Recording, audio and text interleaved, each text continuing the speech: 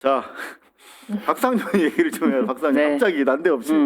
좀 이거 중요한 얘기가 좀 나왔어요 오늘. 박상용 관련해서. 뭐 박상용 검사의 주장에 따르면 네. 너무 녹취록을 살라미식으로 공개를 하기 때문에 짜깁기라고 막 주장하고 있지. 자기 불리한 그 자기라고 하는 주체는 아마 우리 서민석 전 변호사 같은데 그분이 목적을 가지고 나를 담그려고 나를 곤란하게 만들려고 이렇게 언론에 보도하는 거다라고 주장을 계속하는데 판판이 깨지고 있죠. 그리고 대검 감찰부장 승인 미비로 뭐 법리적으로 이 무기를 들고서 니네가 나한테 승인을 안 해줬기 때문에 내가 이걸 아직까지 처리를 못하고 있어라고 하는 주장하기에는 법무부에서 입장이 나온 걸로 알고 있어요. 조상호 그 보좌관을 통해서 일단 지휘권 부여했어. 그러니까 해. 라는 입장입니다. 그러니까 뭐 언론 패널들 아니면은 뭐 시사평론가 아니면 뭐 다른 뉴스들을 통해서도 법리적으로든 아니면 정치적 상황으로든 박상용 검사는 좀 고립되어 있다. 그러니까 정확하게 어떤 지휘권을 말씀하시는 거예요? 수사지휘권 얘기하는 것 같아요. 이거 대한민국 검찰청법 제8조는 법무부 장관을 검찰 사무의 최고 감독자로 규정해서 검찰 사무에 대한 포괄적인 지휘권을 부여하고 있으므로 우리가 예를 들어 공소시효가 이번에 5월 17일로 알고 있는데 촉박하게 추진해가지고 얼레벌레 아무것도 뭐 못 건지고 사건 마무리할 생각하지 말고 이거는 법무부 장관이 수사하라고 지시했기 때문에 너네 완결해라는 의미로 들립니다. 자, 근데 네. 실제로 네. 제가 최근에 본 박상용 관련 녹취 관련 기사 중에 가장 충격적이었어요. 단독. 박상용, 이해찬, 이재명 언급하며 솔루션 제시해달라. 우리 오마이뉴스 김종훈 기자 되게 열심히 취재하는데 네. 뉴스공장에 나왔던 서민석 인터뷰를 보면서 서민석에 대해서 가졌던 어떤 그 오해가 좀 있었나 우리가 그런 생각을 사실 좀 했었어요. 왜냐하면 누가 과연 이 그 제안을 했는가 이재명을 역제하는 제안을. 근데 보면은 거기서는 이제 서민석 변호사가 그 안에 있던 설모 변호사가 사전에 진행이 됐었고 자기는 그것을 이어서 의뢰인의 이해에 복무하는 차원에서 약속을 지키라는 취지로 얘기했다는 식으로 말씀하시더라고요. 그래서 그럴 수도 있었겠네라는 생각을 좀 가져봤어요. 그리고 설 변호사 같은 경우는 이제 세미래 쪽 사람이니까 네. 이낙연 사이드에서 그런 이재명을 엮으려고 하는 그런 의도가 묻어났을 수도 있겠다라는 생각을 했단 말이에요. 근데 이 기사를 보면서 이 서민석 변호사 이 사람 이상하다 하는 그런 판단을 하게 됐습니다. 여러분들도 한번 같이 판단을 해봐 주세요. 뭐냐면 나름 서민석 부장과 이제 그 검찰 부장 출신인가 보죠. 둘이 대화가 간단치 않아. 자, 뭐냐면 제일 중요한 시점이 뭐냐면 요걸 좀 아셔야 됩니다. 요 통화는 5월 25일이야. 그런데 연호술 파티가 있었던 게 5월 17일이고 그리고 5월 17일 이후 이틀 뒤에 약한 배신이 일어나요. 근데 약해. 뭐라고 진술했냐면 이재명 지사에게 김성태 전 회장이 이재명 지사에게 도움을 주려고 노력했다고 말씀드린 적이 있다. 그렇지. 도움 주려고 노력했다 정도. 아주 야가지. 예? 그냥 김성태 이재명 관계가 없다가 맞는데 김성태가 좀 도움 주려고 했고 그리고 그 연장선상에서 이게 이제 돈이 갔다. 요 다음 진술이 나오면 딱이지. 이제 그 소위 말하면 엮을 수 있는 중요 진술에 나름대로 빌드업을 위한 첫 마디가 나온 거야. 연호술 파티 이틀 뒤에. 그리고 나서 26일 날 추가 진술을 이화영 씨가 하게 돼 있었는데 부지사가 요때 이제 이재명에 대한 구체적 보고를 시사하는 진술이 이루어지거든요. 5월 26일 날. 근데 그 전날 박상용과 서민석이 통화하는 내용이에요. 자, 그러면 요게 1차 확보된 상태에서 여기까지 가기 위한 구체적 진술까지 가기 위한 상황에서 박상용이 서민석에게 도움을 요청하는 뭐 딜이 오가는 그런 느낌이에요. 한번 기사를 보시죠. 자, 보시면 일본 녹취 서민석이 이런 얘기를 합니다. 지금 아마 이분 이화영 걱정은 자기가 심경 변화를 했을 때 완전히 자폭하고 나는 죽는다로 가지 않고 갔을 때 민주당에서 배신자로 찍히는 게 제일 괴로울 거예요. 지금 1차 진술은 한 상태란 말이에요. 그죠? 요 얘기. 도움 주려고 했어. 근데 이제 검찰에서 더 세게 얘기하자고 하니까 이제 이 얘기를 하려고 작정을 하고 있는 단계의 전날 전화야. 그러니까 보시면 심경 변화 완전히 적극적 진술을 했을 때 민주당에서 배신자로 찍히는 게 제일 괴로울 겁니다. 라며 이제 의뢰인의 입장을 서민석 변호사가 얘기하고 있으니까 박상영 그럴 수도 있겠죠. 합니다. 그리고 나서 깜짝 놀랄 만한 얘기가 나와요. 무슨 얘기냐면 우리 이 자리에서 허지영 기자가 이화영 부지사가 허위 진술을 하게 된 배경에 이재명도 있지만 이회찬을 쟤들이 잡으려고 한다. 그리고 이회찬을 모시는 입장에서 네. 보호하기 위해서 허위 진술을 했어야만 했다는 취재를 해서 얘기를 했는데 그 관련된 멘트가 여기 있습니다. 자, 박 검사가 하는 얘기예요.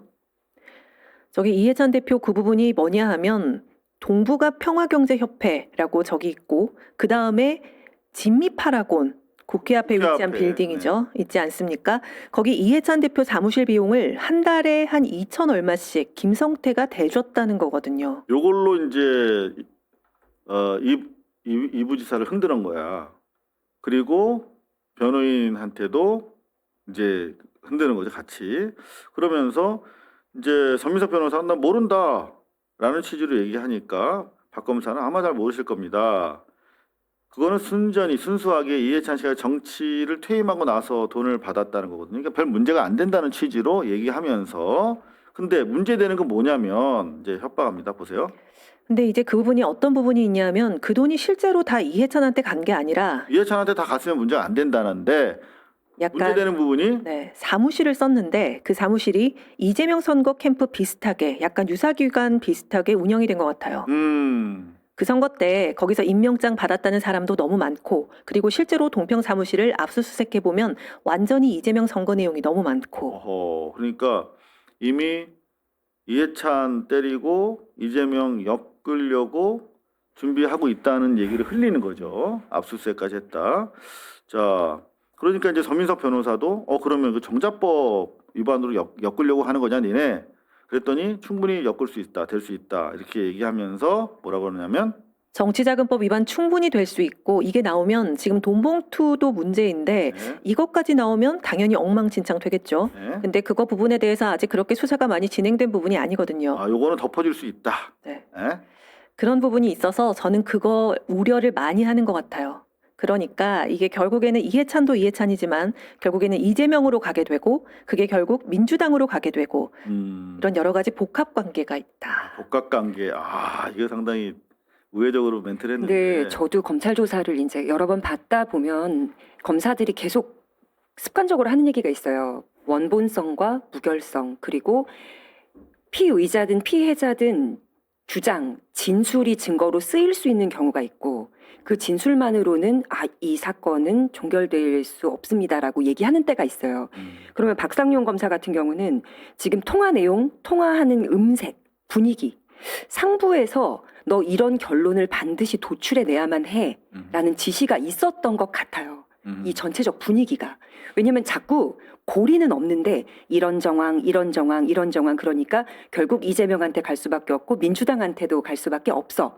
근데 계속해서 이화영의 자백에 목을 메고 그걸 들으려고 하는 이유는 이 사람들한테 증거가 될 만한 게 확실한 정황 증거가 될 만한 게 없었기 때문인 것 같아요. 아니 그것도 그런데 네. 다음에 보면 자 덮을 수 있다는 취지로 얘기합니다. 그러니까 뭐 쭉 이제 다 봐서 하는 얘기인데 결국은 포인트가 이해찬 그리고 이재명 민주당 전체로 갈 수 있다. 이렇게 사실은 그림을 그려주면서 그러니 진술해라. 이렇게 지금 압박을 하는 걸로 보는 게 타당하겠죠. 어떻게 보세요? 그렇죠. 그러니까 사실 이 박상용 검사의 지금 통화 녹취상에서 이제 이해찬 전 총리 이름이 나오고 사실 그 전에도 이제 뭐 다 알고 있지 않습니까? 그 땡땡땡 마른 몸 이렇게 표시된 거를 통해서. 근데 뭐 이런 말도 나와요. 녹취 보면은 아니 뭐 이화영 씨가 이재명 씨랑 얼마나 친하다고 뭘 또 봐주겠냐. 이제 뭐 나중에 하면이라든지 해주겠냐. 그러면서 아 이재명만 이렇게 막 잡아서는 안 되나? 그래서 이제 또 연결고리인 또 이해찬 전 총리까지도 엮어서 제가 봤을 때는 아까 이제 해석하셨던 부분이 이해찬으로 다 갔으면 괜찮은데라고 말씀하셨지만 그렇게는 안 보였어요. 이해찬 총리도 충분히 엮을 수 그렇지. 있는 방식으로 이제 엮어서 이거 지금 여기서 요거로 해결하자. 안 그러면은 뭐 어쨌든 이화영이 겁낼 수 있는 모든 거를 다 우리가 엮을 거다. 이제 이런 협박이죠, 협박. 자, 그래서 일단은 읍소하는 입장이다. 근데 검사가 왜 읍소를 해요? 그러니까 저는 지금 이 상황이 이 녹취가 터진 시점이 검찰청이 해체되고 앞으로 박상용 검사는 검사로서의 생명이 어디까지 유지될지 공무원으로서 얼마나 남아있을지 모르겠지만 당시에는 대검이 전폭적으로 박상용이라는 검사를 지지해줬다면 지금은 그 뒷배가 없어지거나 축소된 상황이거든요. 그렇죠. 그럼 지금 그래야만 이렇게 하지. 자신 있게 나와서 이걸 저 사람이 지금 정치적으로 문제를 풀려고 하고 있습니다라고 맞받아 칠 때는 내 뒷배는 약하고 사라지거나 축소됐지만 나를 당겨줄 수 있는 앞배가 있어라는 자신감이 있기 때문에 이런 인터뷰도 하고 돌아다니는 것 같거든요. 그럼 그건 정치권이죠. 정치권에서 판을 어느 정도 얘기할 수 있게끔 이 박상용에 대한 출구 전략을 마련해 준다든지. 근데 박상용 뭐 뒷배든 앞배든 상관없이 박상용 자체가 지금 사법 처리를 당할 상황이니까 그럼 형사 처벌될 수 네. 있잖아요. 그래서 이렇게 적극적으로 지금 싸우고 있는 것 같기도 하거든요. 공수처에 이미 고발은 됐습니다. 그러니까 네네. 자, 그런데 지금 이제 보면은 읍소를 하고 있고 부장님이라고 이제 검찰 아마 판사, 전직 판사. 그래서 네. 이제 부장님이라고 부르는군요. 자, 이런데 지금 보면은 그 부지사가 믿는 것은 서민석 당신밖에 없다는 취지로 얘기를 합니다. 그래서 결국은 그러면 서민석 변호사가 결국은 그 다음 날 진술이 좀 더 구체적으로 나오는데 어떤 역할을 했는가. 그러니까 그 부분에 대해서 서민석 변호사는 얘기를 할 필요가 있는 것 같아요. 그러니까 이해찬과 민주당으로까지 번지는 것을 막기 위해서 그러면 자 이재명 우리가 진술하자라고 부지사가 믿는 사람이 유일한 서민석밖에 없는 상황이라고 검찰이 판단하고 있는 가운데 역할을 했는가에 대한 부분을 지금 입장을 안 밝히고 계신 거죠. 서민석 변호사가. 그런데 그렇게 입장을 묻는 데는 없어서 제가 봤을 때는 물어봐야 될 거. 아니 그런데 역할을 어떻게 했냐. 근데 그거는 다음 스토리가 다 우리가 왜냐하면 있잖아요. 역할을 그렇게 했다고 보니까 이회서 이화영 부지사와 그 아내분께서 그쵸. 해촉한 거 아닙니까? 아니죠. 그 해촉한 이유는 네? 해임한 이유는 이제 백정화 여사님께서 같이 상담을 하고 있는데 박상용이랑 서민석 변호사가 전화 통화를 하는 거를 처음 보고 왜 검사랑 통화를 하지? 이거 이상해라고 생각을 해서 그렇게 해서 해임을 이제 하게 된 건데, 근데 문제는 만약에요, 이 입장을 만약에 말씀하신 것처럼 서민석 변호사가 어떤 역할을 해서 이화영 부지사가 26일에 정말 확고한 어떤 진술이 있었다면 이건 다 공개됐을 거 아니에요, 재판 과정에서. 근데 그렇게 안 됐잖아요. 그렇게 안 됐잖아요. 그래서 사실상 아직 그 상태도 계속 그 박상용은 손에 넣은 게 없는 상태가 되는 거죠.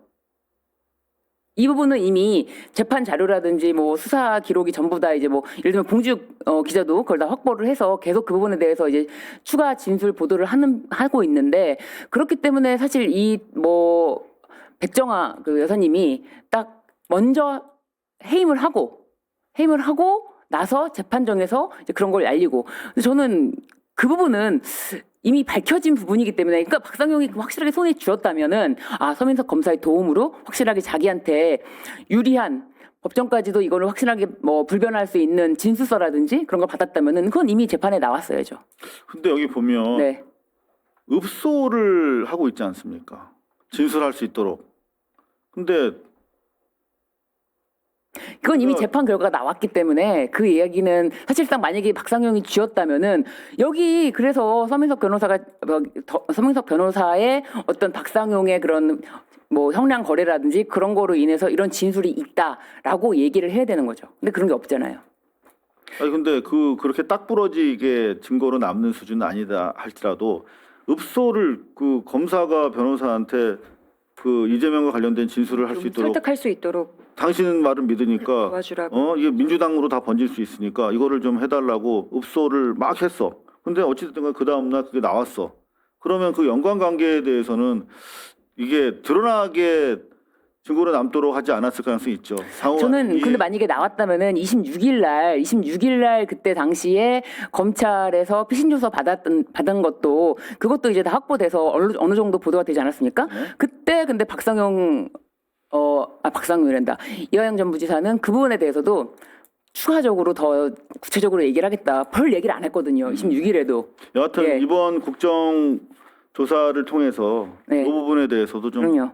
이제는 당사자들이 다 나와서 진술할 기회가 있겠네요. 근데 저는 서민석 상당히 중요한 요 네. 기사가 나온 것 같아요. 당시에 박상용 검사하고 통화하면서 암묵적으로 합의하고 넘어갔던 부분, 그리고 이건 아마 뭐 형량 10년 이상은 나올 거예요라고 얘기한 거는 뭐 저 같은 경우 변호사분한테 이제 법적 조언을 구할 때 이러면 얼마, 벌금 얼마 판례들이 있어요. 하나하나 알아가는 거지만 이 두 분은 둘 다 법 전문가 분들이잖아요. 그래서 서로 주고받는 대화가 정보 전달이나 모르는 정도 알려주는 그 수준에서 마무리되는 것 같진 않아요. 너 이거 너의 그 클라이언트한테 이대로 전달해. 왜냐하면 내가 10년 이상 줄 수도 있는 상황이거든.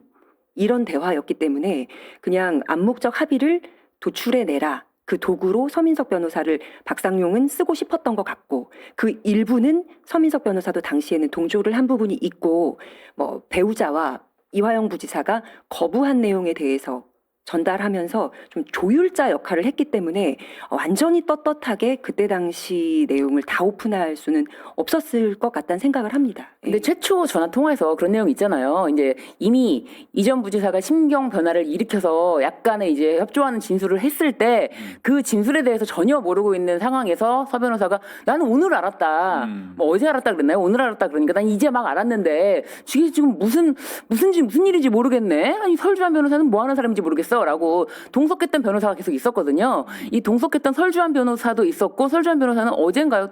또 이제 YTN 라디오에 나가서 그분들 나오시더라고요. 예, YTN 라디오에 나가서 뭐 결론적으로는 연어 술판티가 없었다. 이제 단정적으로 얘기를 하더라고요. 근데 본인은 또 내가 아는 한 연어 냄새도 못 맡았다. 그러니까요. 근데 실제로 이제 허지영 기자 취재에 따르면은 연어 술파티 있던 시각에 검찰청 안에 없었더라고.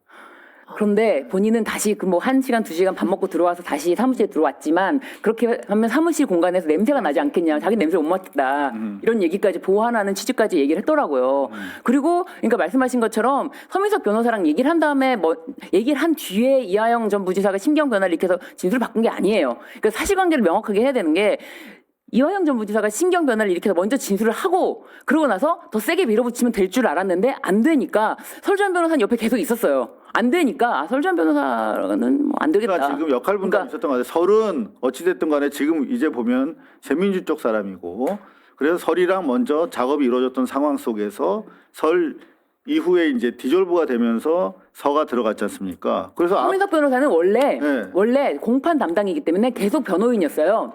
계속 변호인이었는데 공판 담당이기 때문에 이 검찰 동석을 안 한 거예요. 한 번도. 검찰 동석을 하지 않고 이제 따로 만나고 구치소 가서 따로 접견하고 그리고 법원에서 만나고 그런 식으로 하는 거지. 이제 검찰 접견은 사실 너무 시간도 길고 일이 많기 때문에 그 직접 가지 않는 거였어요. 원래가 디졸브된 게 아니라. 아니 근데 서의 진술에 따르면 네. 앞에서 설이랑 작업해 놓은 부분에 대해서 나중에 자기가 이제 인지를 하고 이미 그 기존 변호사에 의해서 진행됐던 부분이기 때문에 의뢰인의 이해를 지키기 위해서 자기가 그걸 체크업한 거다. 자기가 먼저 선제적으로 제안한 건 아니다라는 식으로 해명을 하고 있거든요.